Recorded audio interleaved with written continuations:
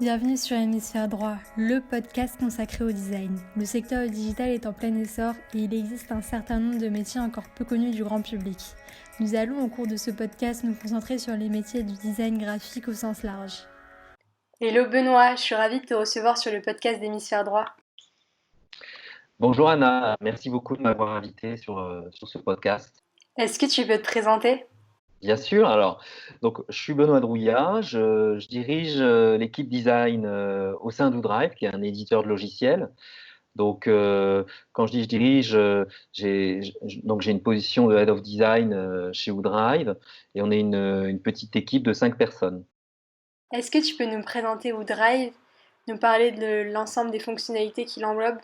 Alors, déjà, ODrive, c'est un éditeur de logiciels assez généraliste, puisque on a trois gammes de produits, sans trop rentrer dans la complexité, on va dire, technique et fonctionnelle de toutes ces solutions.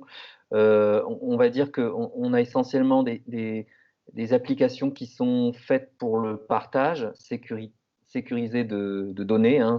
Tout ce qui tourne autour de la donnée sensible, hein, c'est vraiment le métier d'ODrive. On fait aussi des outils pour la sauvegarde de données, tout ce qui permet encore une fois, qu'elles soient sensibles ou pas d'ailleurs ces données, de pouvoir vraiment avoir des sauvegardes. Ensuite, il y a tout ce qui concerne l'identité numérique. Donc, c'est des solutions un petit peu plus techniques, voilà, qui portent sur l'identité numérique des personnes et des organisations. Nous avons pu constater que la cybersécurité est un enjeu de taille. Comment as-tu fait le lien avec le design et t'es-tu aperçu qu'il y avait des notions à vulgariser pour une meilleure compréhension de ces enjeux? Alors, c'est pas la première évidence en fait, hein, quand on fait ce type de métier. Bon, moi, déjà, j'avais été déjà confronté et un petit peu sensibilisé à la sécurité numérique parce que je travaillais beaucoup pour des institutions financières et des banques. Donc ça, c'est vrai que c'est une préoccupation déjà chez ces organisations qui étaient mes clients, qui étaient déjà ressortis, on va dire, au fil des projets que j'avais menés. Et puis, en arrivant chez Woodrive, c'est vrai que ce qui frappait, c'est que au départ, la sécurité est surtout envisagée d'un point de vue technico-fonctionnel, mais elle est rarement vue en fait comme quelque chose qui peut directement influencer la façon dont le design est fait. Et en fait, évidemment, en creusant très rapidement les sujets chez Woodrive, je me suis aperçu que il ne peut pas y avoir une bonne sécurité numérique si les interfaces, les outils ne sont pas conçus, designés avec évidemment un souci de l'utilisateur, évidemment un souci d'une bonne facilité d'usage, mais aussi avec des représentations, c'est-à-dire un design d'interface qui est adapté aux enjeux de ces mécanismes de sécurité. Alors, c'est vrai que le design intervient très souvent comme, je dirais, un peu une plateforme, une plaque tournante, un, un- un outil, une démarche qu'on peut mobiliser pour pouvoir aussi faire communiquer entre elles les différentes parties prenantes dans une organisation. Ce qu'il faut savoir, c'est que chez Woodrive, je crois que maintenant on est un peu plus de 400 personnes. Donc c'est une entreprise où il y a évidemment plusieurs équipes. Et le fait en fait d'avoir intégré du design dans nos chaînes, je dirais, dans le cycle de vie de nos produits, ça permet bien évidemment à ces différentes équipes, que ce soit l'équipe sécurité, que ce soit les équipes ingénierie, que ce soit l'équipe product management, de discuter de manière encore plus facile ensemble. Et ça, c'est souvent un des bénéfices du design qu'on ne voit pas de manière évidente, mais le fait de faire du design, voilà, ça permet aussi dans la conception d'améliorer voilà, cette, cette collaboration entre les différentes équipes. Est-ce que tu peux nous présenter un peu ton parcours, les études que tu as faites? Alors, moi, j'ai un parcours qui peut aujourd'hui sembler assez atypique, hein, parce que quand j'ai commencé à travailler dans ce métier, les écoles de design existaient, mais elles ne travaillaient pas sur le numérique.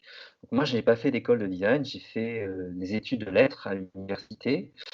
D'ailleurs, c'est un choix, une vingtaine d'années après que je ne regrette pas parce que ça m'a donné, on va dire un socle, intellectuel et un socle, culturel, qui m'a en fait constamment, soutenu dans les différents projets professionnels, que j'ai eus.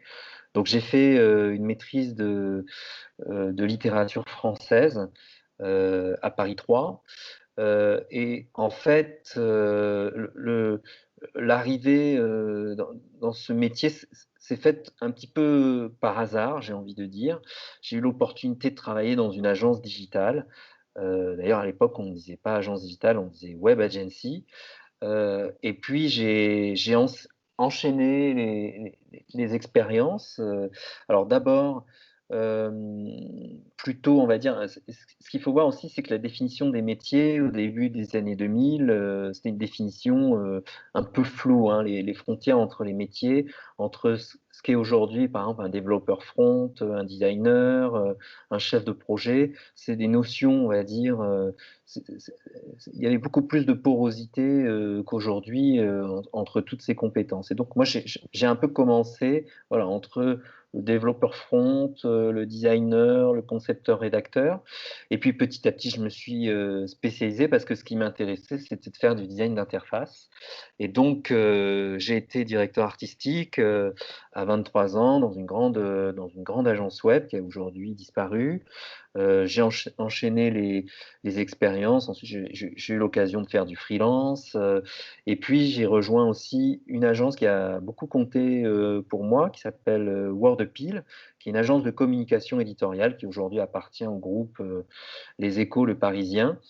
Et j'ai appris évidemment beaucoup de choses, et notamment peut-être à reboucler ma formation initiale avec les enjeux, on va dire, du design d'interface, c'est-à-dire c'est travailler sur des projets à forts enjeux éditoriaux et travailler aussi beaucoup avec le monde des institutions financières. Voilà, et ça a été assez structurant. En parallèle, j'ai commencé à enseigner et puis j'ai monté une association professionnelle qui s'appelle Designer Interactif, hein, qui a un peu plus de 13 ans maintenant, qui existe toujours.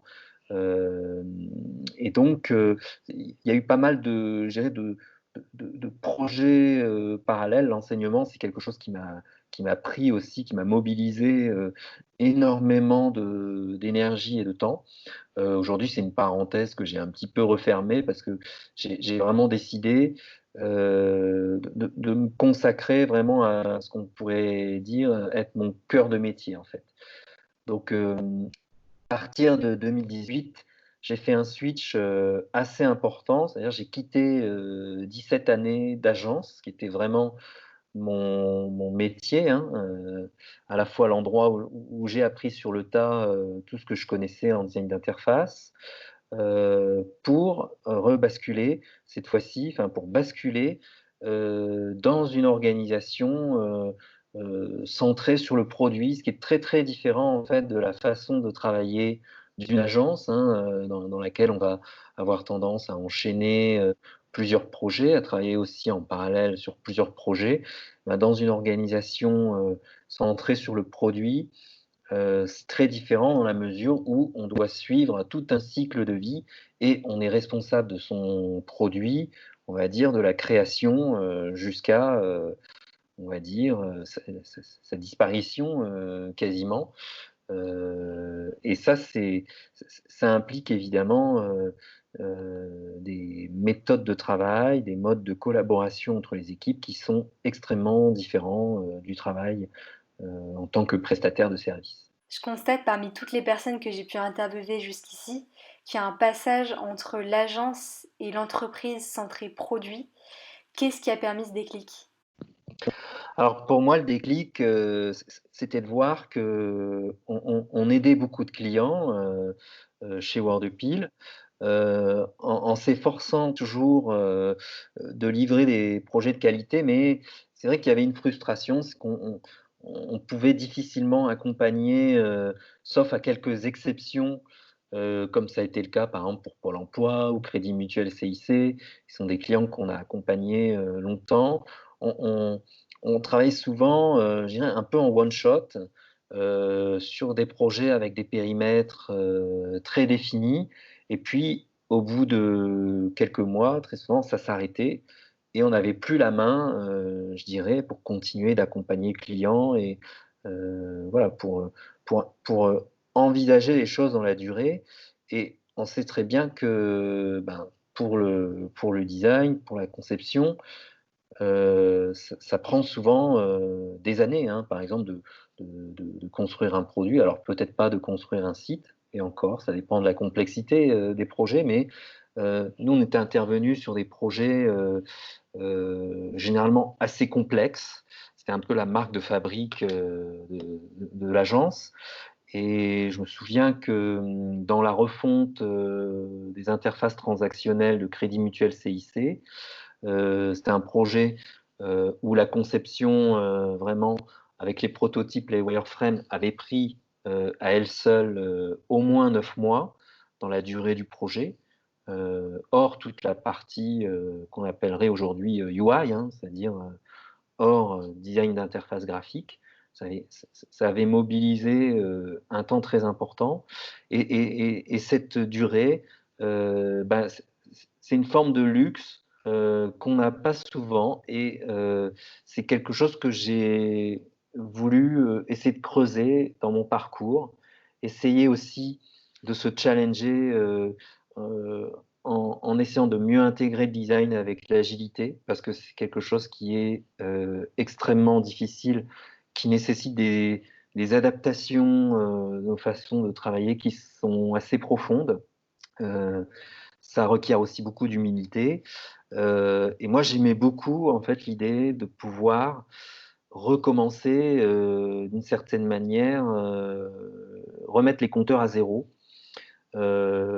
Et c'est un projet qui m'a énormément, motivé, et c'est évidemment quelque chose qui se fait pas, en quelques mois, hein. Ça nécessite, je pense, une remise en question assez profonde, et moi ça m'a permis en tout cas de ne pas m'endormir et de me réinventer, dans un métier que je pratiquais déjà, depuis, ouais, 17-18 ans. Qu'est-ce que t'a apporté ton passage dans l'enseignement? Alors ça m'a apporté beaucoup de choses, l'enseignement. Je pense, c'est déjà un recul, sur sa pratique, professionnelle, parce que ça permet de formaliser énormément de choses, de reposer aussi, parfois à froid, les problématiques différemment, de pouvoir aussi avoir des échanges, et bénéficier de l'énergie de gens qui sont plus jeunes, de gens qui découvrent aussi, je pense, la profession avec un œil neuf, et ça, c'est un côté, je trouve, qui est extrêmement dynamisant de pouvoir, voilà, échanger avec les étudiants. Ça, c'est à la fois je dirais une richesse humaine et aussi une richesse intellectuelle, parce qu'ils ont des points de vue, les étudiants, qui sont extrêmement, intéressants, et qui peuvent même parfois être décalés. Donc je dirais c'est c'est c'est c'est tout ça, je pense, l'enseignement que ça m'a apporté. Et puis moi, ça m'a permis aussi d'écrire plusieurs livres, sur ces sujets, et je pense que je n'aurais pas pu, mener, à bien cette expérience éditoriale si, j'avais pas, eu besoin de préparer des cours, de documenter, certaines choses. Moi, je trouve que ça a permis d'aller beaucoup plus loin.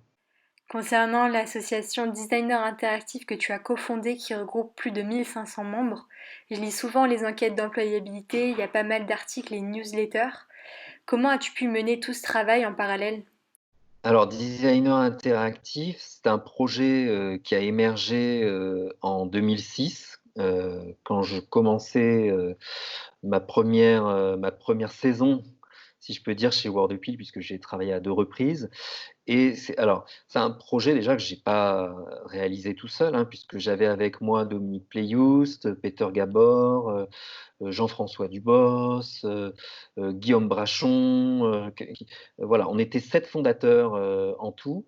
Et donc, ça a été une expérience, je dirais déjà de rassembler une petite communauté de designers pour avoir des échanges et un recul sur notre profession qu'à l'époque nous n'avions pas, hein, parce que aujourd'hui, c'est vrai qu'on voit une multiplication de meet-up, de conférences, d'ateliers, maintenant de webinaires, mais toutes ces ressources extrêmement intéressantes, en 2006, elles n'existaient pas dans la profession, hein. C'est une profession quand même assez refermée sur elle-même, qui avait encore peu, parce qu'elle était jeune aussi, l'opportunité de faire du partage d'expérience. Donc, c'est la première chose qu'on a mis en place. Et d'ailleurs, on avait beaucoup de designers freelance au départ qui nous rejoignaient, et quelques entreprises, parce que justement, les designers freelance, c'était les personnes qui étaient dans la profession les plus isolées, qui avaient le plus besoin d'échanges.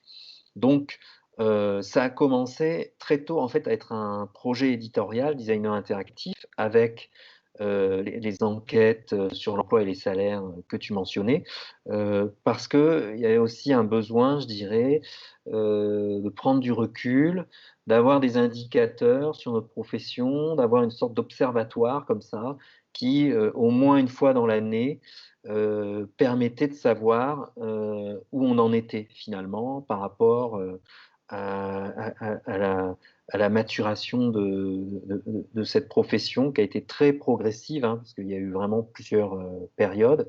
Et designer interactif, ça a été, c'est une sorte de plateforme dans laquelle il y a eu énormément bien sûr, de projets, hein. Je rappelle, il y a eu des événements, on a été les initiateurs des soirées Pecha à Paris, puis des soirées design avec Marina Weiner.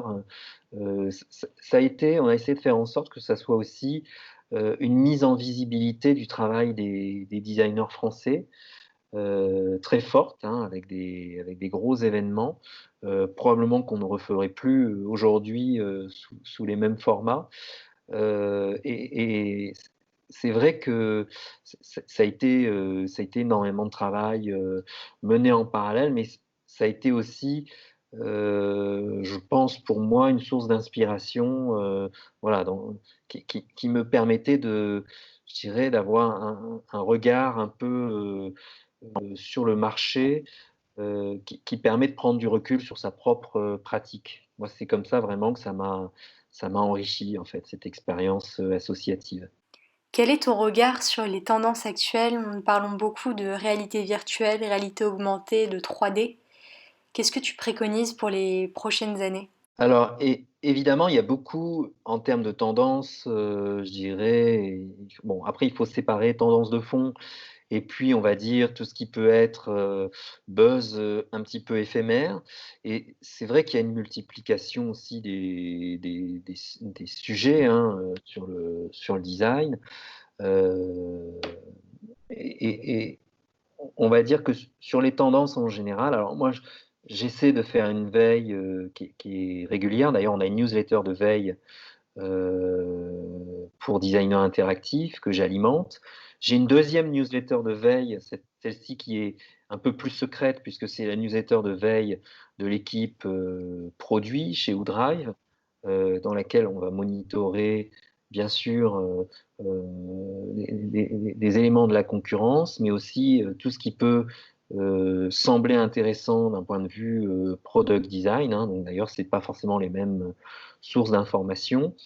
Euh, et moi, je pense quand même que ce qui est important, c'est pas tant les tendances du moment, que là aussi, une fois de plus, de prendre un petit peu du recul sur certaines choses, de pouvoir documenter aussi, de pouvoir étoffer sa culture, de pouvoir ouvrir son imaginaire. Moi, parmi les choses, évidemment, qui m'intéressent le plus on va dire, dans les sujets du moment. Si je devais citer peut-être mes 3 priorités du moment, la première, ça serait tout ce qui tourne autour des guidelines d'écriture dans les interfaces des produits.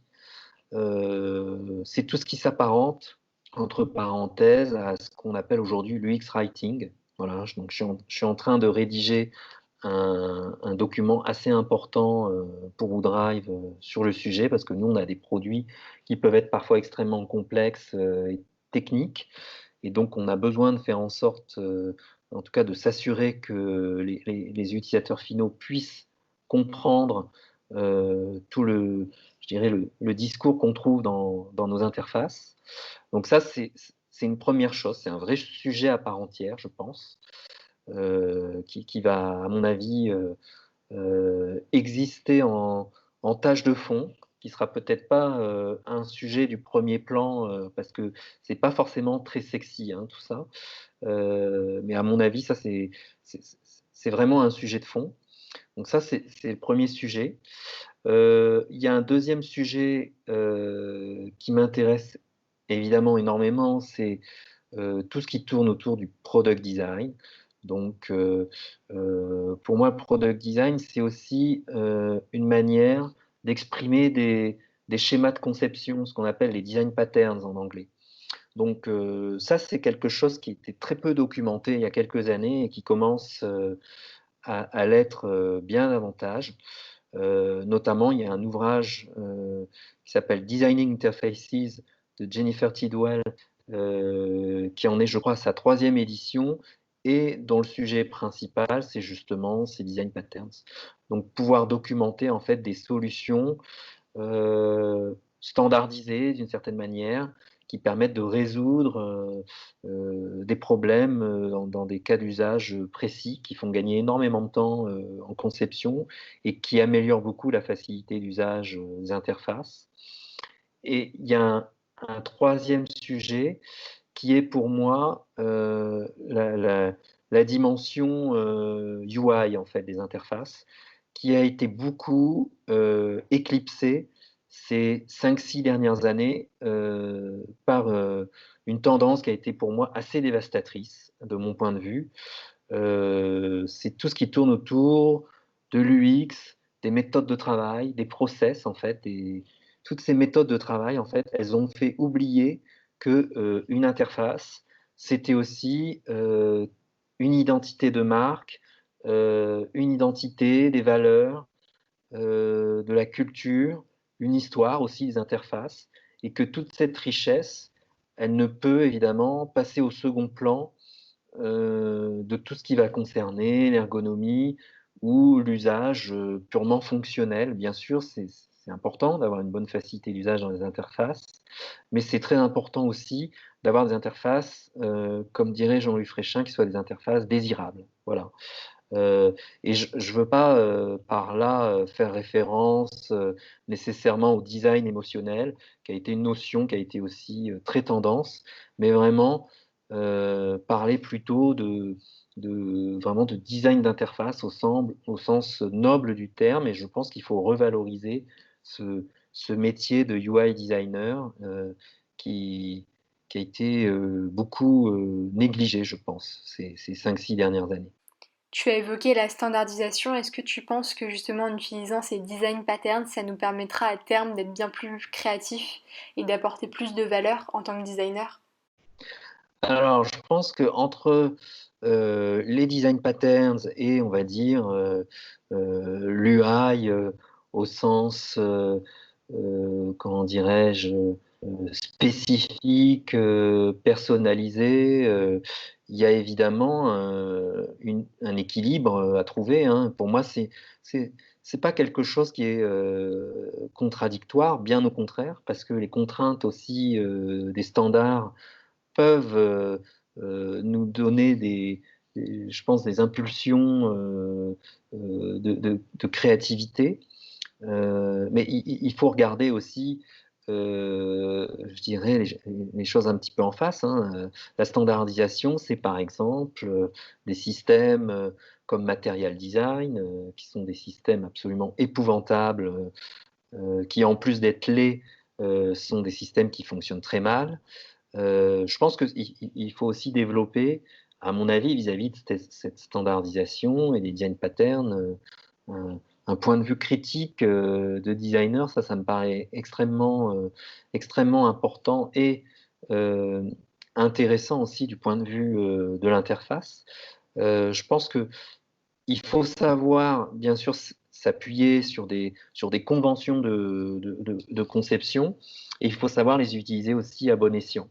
Donc, pour moi, il y a effectivement ce curseur à trouver entre les contraintes, la liberté totale, parce qu'il ne s'agit pas non plus de faire des interfaces qui soient totalement exotiques, avec que des solutions, que des principes qui soient ad hoc et qui soient très complexes à appréhender pour les utilisateurs.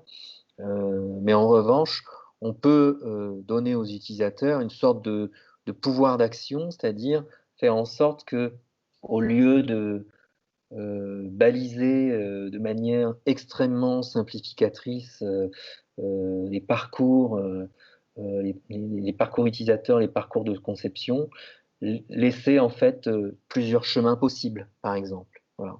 C'est un peu cette idée. L'UX Writing est une discipline en plein essor. On la confond souvent avec le copywriting, cependant ce sont deux objectifs complètement différents dans le sens où le copywriting a pour but de convertir son audience, là où l'UX Writing va en fait répondre à un besoin, guider les utilisateurs. Je pense notamment au texte qu'on peut trouver sur l'onboarding, qui soit le plus intuitif possible en fait, qui réponde à un vrai besoin et qui soit user-friendly. Comment tu t'y prendrais toi aujourd'hui pour recruter un UX Writer? Alors, déjà, aujourd'hui, chez Woodrive, l'UX Writing, c'est essentiellement moi qui prends en charge cette question parce que on n'a personne de spécialisé dans l'équipe. D'ailleurs, je ne souhaite pas nécessairement avoir des gens dans l'équipe qui soient dans l'ultra spécialisation parce que je crois plus à un modèle de designer généraliste. Pour moi, un designer, c'est quelqu'un qui doit avoir une culture étendue, qui doit avoir beaucoup de curiosité et qui peut s'intéresser à des domaines parfois très spécialisés, comme le X-Writing, sans pour autant en faire sa spécialité principale, parce que on a passé allez, les 7-8 dernières années à avoir de la spécialisation à outrance dans les métiers du design et ça n'a pas donné que des bonnes choses. Donc déjà, je pense que c'est important de cultiver un intérêt pour des choses diverses quand on est un designer.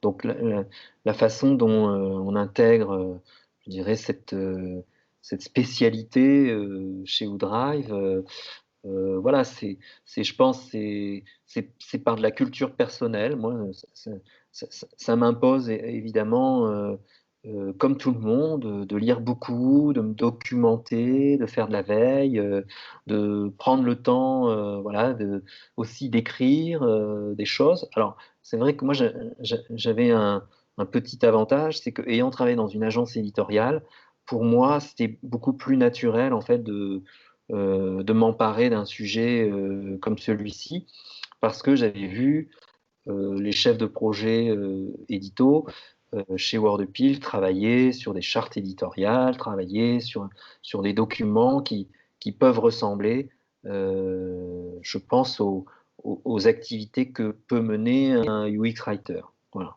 Donc c'est vrai qu'il y avait un terrain qui était assez favorable et du coup, euh, ça réduit un petit peu l'effort nécessaire, mais aujourd'hui, si je devais confier la mission à quelqu'un d'autre dans l'équipe, je ne pense pas que je recruterais un profil spécialisé. Je pense que je rechercherais plutôt une personne qui a la curiosité suffisante pour accumuler de la connaissance sur le sujet.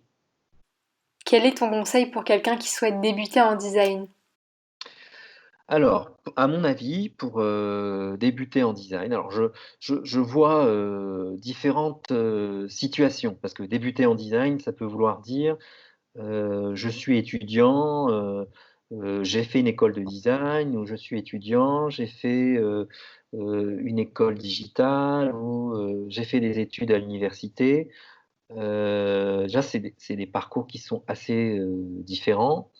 Quand on est en école de design, c'est vrai que c'est plus facile, d'avoir déjà un portfolio avec quelques projets, à montrer parce que généralement dans le recrutement, c'est souvent le point de départ, qui est demandé.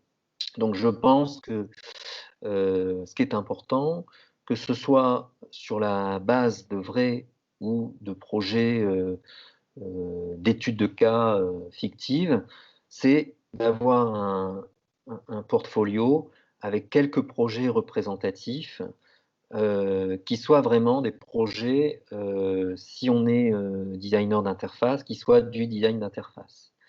Donc ça, c'est à mon avis, c'est quelque chose d'assez important. Je pense que ce qui est aussi important, c'est de pouvoir, échanger avec la communauté, donc tout ce qui est conférences, webinaires, et cetera. Moi, j'encourage, à participer. Bon, en ce moment, c'est en ligne, mais bien entendu, il y a plein d'initiatives et plein de choses, qui se font et ça, c'est la meilleure façon finalement de rencontrer les gens. Je pense que, il y a une autre configuration lorsqu'on n'est pas étudiant, c'est celle, où on souhaite se reconvertir. Je vois énormément de personnes en reconversion, qui cherchent à faire des formations courtes, enfin des formations plus ou moins courtes pour pouvoir être rapidement, opérationnel. Mais en fait, c'est très difficile, quand on se reconvertit, en ayant fait, juste une formation de quelques semaines, de pouvoir, rapidement se réintégrer, dans l'emploi. Parce qu'on ne dispose pas du recul, suffisant, ni de l'expérience suffisante, ni d'ailleurs d'un book, d'un portfolio suffisamment, rempli avec des projets pour pouvoir convaincre un recruteur. Donc, dans je dirais que dans ce second cas, ce qui va être important, bien sûr, c'est d'essayer, de se former quand même le plus longtemps possible, même si je sais que, les gens souhaitent, se remettre dans l'emploi le plus rapidement, possible, hein. Ça dépend aussi de chaque situation. Et là encore, je pense que la communauté, peut être une entraide, qui va faciliter, à mon avis, les parcours des gens qui sont en reconversion.